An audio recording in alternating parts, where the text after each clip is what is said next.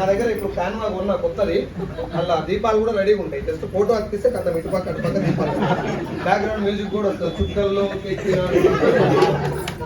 ఎందుకంటే చూస్తే ఏమొచ్చి పడదు. నేను ఇప్పటివరకు ఏ మీటింగ్ లో అడిగినా నేను జాయిన్ అవ్వని ఎవరు అడగలేదు. ఈ రోజు వరకు ఫ్యూచర్ లో కూడా ఒక్క వ్యక్తిని కూడా మీరు బిజినెస్ లో జాయిన్ అవ్వండి అని నేను అడగాలి కూడా ఫ్యూచర్. నా ఇంటెన్షన్ ఏంటంటే ఆకలి ఉన్నోనికి ఇది అర్థమైతే చాలు ఇంకొచ్చి ఆడే జాయిన్ అవుతాడు. నువ్వు బలవంతంగా జాయిన్ అవ్వాలంటే నాకు ఎక్కడ డౌట్లు వస్తాయి, అవునా కదా? ఇప్పుడు ఫర్ ఎగ్జాంపుల్ ఈసారి యంగ్స్టర్ అనుకుందాం, 16 ఏళ్ళు 17 ఏళ్ళు లేదు 20 ఏళ్ళు ఉన్నాడు, పెళ్ళిడు వచ్చింది. నేను ఊరికే ఇంటికి తిరుగుతున్నాను, సార్ ఒక అమ్మాయిని చేసుకోండి. నేను అంకుల్ అనుకోండి, బాబు ఒక మంచి అమ్మాయిని చేసుకో అని ఊరికి ఎంట పడుతుంటే ఎంత ఇస్తాడు? డౌరీ 1 రూపాయల ఫ్లాట్ ప్లస్ 2 కార్లు ఇస్తే ఓకే, మరి నా డిమాండ్ ఎట్లుంది మార్కెట్లో అని అంటాడు. ఇంకా ఊకెంట పడితే ఇంకా జర మిగిలిపోతాడు. అట్లా ఓ 25 ఏళ్ళు 30 ఏళ్ళు ఓ దగ్గర మీకింది అనుకో, ఇంకా అప్పుడు నాకు వస్తుంది ఆయన ఫోన్, అంకుల్ ఉన్నాయా ఏమన్నా? ఏం లేవు. అప్పుడు నేను కూర్చుంటా మీద. ఇది మనిషి నేచర్. నువ్వు ఎంత వాడి చెప్పే కొద్దీ అవతలోడు అసలు దొరుకుతాడు. Yes or no. సో ఈ బిజినెస్ లో జస్ట్ 15-20 మినిట్స్ నాకు టైం ఏంటి, నాకు అర్థమైన విషయం నేను చెప్తాను. నేను చెప్పిందే ఫైనల్, ఇదే లైన్ ఫాలో అవ్వండి అసలు చెప్పను. నేను ఈ బిజినెస్ ఎట్లా అర్థం చేసుకున్నా, ఎట్లా నిలబడ్డది ఇంట్లో, అది నేను మీకు చెప్తాను. నా టీంలో ఎవరైనా డబ్బులు వస్తున్నాయి అది కూడా చెప్తాను. అన్నిటి మించి ఈ బిజినెస్ ను నేను అర్థం చేసుకున్నటువంటి పాయింట్ ఆఫ్ వ్యూ మీకు చెప్తాను. మోస్ట్ ఇంపార్టెంట్ బిజినెస్ ఎలా ఉంది అనేది మనకు అవసరం లేదు, మనకు అది ఎట్లా అర్థమైంది అనేది చాలా ఇంపార్టెంట్. అవునా కదా సార్?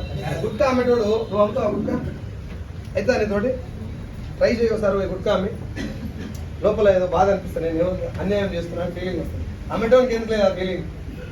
వాడు ఎట్లా కన్విన్స్ చేసుకోలేదు సార్ అని. కొనేటోడు తింటోనికి లేదు, నాకేం పోయింది అసలు. అర్థమైందని చెప్పింది. వాడిని అట్లా కన్విన్స్ చేసుకున్నాడు. కొనేటోనికి తినేటోనికే లేదు, అమ్మేటోని నాకేం బాధ, వాడు వంటలు రెడీగా ఉండు నేను ఇస్తున్నా, వాడు బాధపడకుండా చూసుకున్నాను కన్విన్స్ చేసుకుంటాడు.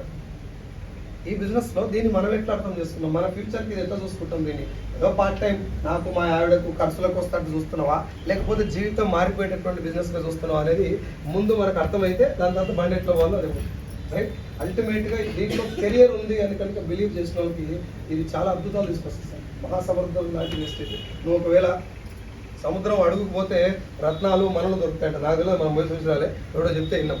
అడుగుపోతే మంచి ఖరీదైనటువంటి విలువైనటువంటి స్టోన్స్ దొరుకుతాయంట, రైట్. సముద్రం మధ్యలోకి వెళ్తే మంచి మంచి చేపలు, మనం లైఫ్ లో ఉన్నటువంటి ఫిష్ దొరుకుతాయంట. లేదు కొంచెం దూరం పోతే కొంచెం రేర్ ఫిష్ దొరుకుతాయంట. ఆ ఒడ్డులో నిలబడితే జస్ట్ నీళ్ళు తడితే పోతాయి. మనం ఏడు ఉండాలనేది మన ఇష్టం. ఈ బిజినెస్ లో ఎంత డీప్ వెళ్తే అన్ని డబ్బులు వస్తాయి, అంతకు మించి రెస్పెక్ట్ కూడా దొరుకుతుంది. ఈ బిజినెస్ లో చాలా మంది పార్ట్ టైం ఫుల్ టైం అని పదం వాడతారు కదా, అసలు ఆ పదాలు లేవు. పార్ట్ టైం ఫుల్ టైం తొక్కల టైం ఏం లేదు, హార్ట్ టైం. ఈ బిజినెస్ ని ఎట్లా చేయాలనేది మీ మనసులో అర్థమైతే హార్ట్ టైం 24/7